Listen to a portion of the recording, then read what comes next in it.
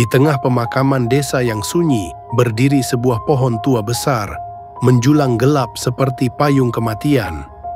Akar-akar tebalnya mengangkat sebagian nisan, dan salah satu cabangnya menjulur tepat di atas makam yang tak bernama. Warga desa punya satu aturan. Jangan pernah potong cabangnya, biar setua apapun. Kalau cabang itu roboh, biarkan jatuh sendiri. Mereka bilang, bukan hanya pohonnya yang tua, tapi juga yang bersemayam di dalamnya. Bahkan anak-anak kecil pun tahu, jangan main bola di dekat pohon itu. Jangan lempar batu, jangan berisik. Kalau sampai ada suara dari akar, segera pulang. Semua orang patuh, kecuali satu anak, Gilang, remaja kelas 3 SMP yang baru pindah ke desa itu. Gilang dan teman-temannya masuk ke area pemakaman untuk uji nyali malam hari. Mereka tertawa, pura-pura berani. Tapi langkah mereka ragu. Kabut mulai turun, menutupi tanah basah dan nisan yang tak lagi terbaca. "Aku rekam ya, suara kita masuk," kata salah satu teman lewat walkie-talkie. Di tengah kabut, Gilang menatap cabang pohon itu. Panjang, melengkung seperti jari tua yang menunjuk ke tanah. "Pohon doang ini, lemah banget kalian," ucap Gilang sambil mengayunkan golok kecil. Dengan sekali tebas, cabang itu putus dan jatuh menimpa nisan. Tak lama, suara anak kecil terdengar samar dari arah akar pohon. "Kembalikan tanganku." Hujan turun tiba-tiba. Tanah menjadi lembab dan bau anyir darah pun tercium dari celah akar. Sejak malam itu, Gilang tak bisa tidur tenang. Setiap malam ia mimpi di tempat yang sama.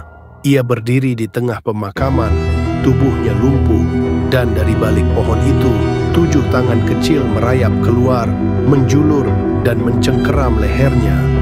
Walkie-talkie-nya kadang menyala sendiri, tapi bukan suara teman yang terdengar, melainkan suara napas dan gumaman. Suara anak-anak tertawa pelan di telinganya. "Main sama kami ya, selamanya."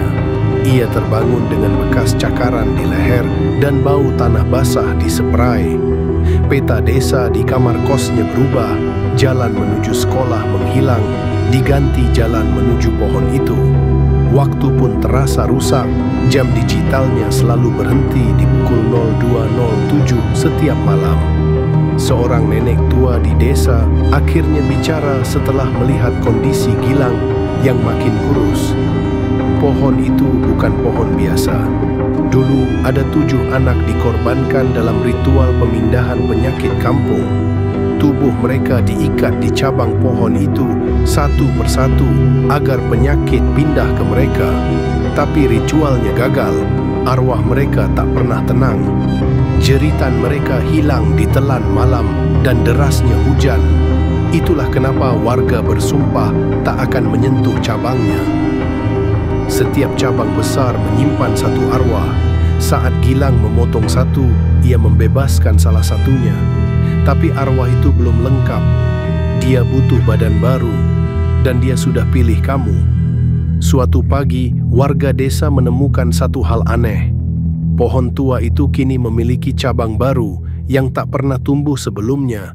Menjulur pelan keluar pagar pemakaman, seperti hendak mengambil sesuatu di luar batas.